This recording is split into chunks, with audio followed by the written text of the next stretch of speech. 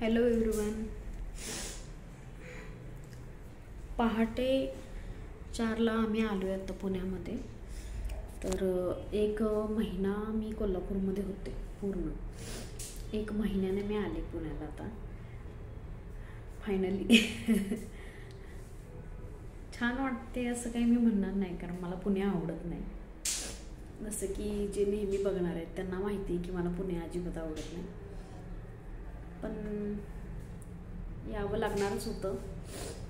So आले आता. 1 महिन्यानं आले.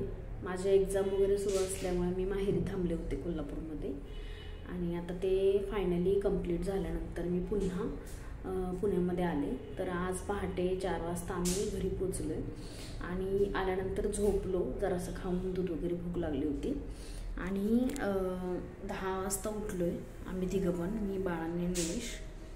आणि आता परत 10 वाजल्यापासून माझी कामाची घाई सुरू झाली. तर काय आहे काय नाही, एक आहे एक नाही.